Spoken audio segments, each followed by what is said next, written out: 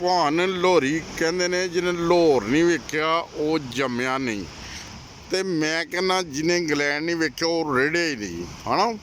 ਤੁਸੀਂ ਤੇ ਆਪ ਵੇਖਿਆ ਨਾ, ਕਲਸੂਮ ਨਵਾਜ਼ ਨੇ ਇੰਗਲੈਂਡ ਵੇਖਿਆ ਤੇ ਉਹ ਰੇੜ ਗਈ। ਤੇ ਹੁਣ ਮੀਆਂ ਸਾਹਿਬ ਵੀ ਆਏ ਆ ਇੰਗਲੈਂਡ ਵੇਖਣ, ਦੁਆ ਕਰੋ ਰੇੜ ਜਾਣ। ਠੀਕ ਆ, ਮੁਲਕ ਲਈ ਵੀ ਭਲਾ, ਆਵਾਮ ਲਈ ਭਲਾ, ਤੇ ਬੱਲੇ ਵੇ ਬੱਲੇ। ਇਹ ਨਹੀਂ ਕਹਿਣਾ ਸ਼ੇਰ ਇੱਕ ਵਾਰੀ ਫੇਰ, ਸ਼ੇਰ ਇੱਕ ਦਰਿੰਦਾ ਹੁੰਦਾ ਵਾ, ਜੇ ਹੁਣ ਆਇਆ ਤੇ ਸਭ ਨੂੰ ਹੜੱਪ ਕਰ ਜੇਗਾ।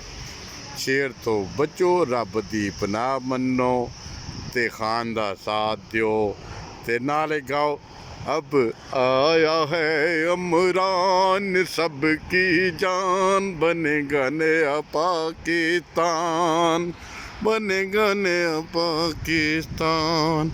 अब आया है अमरान सबकी जान, बनेगा नया पाकिस्तान, बनेगा नया पाकिस्तान।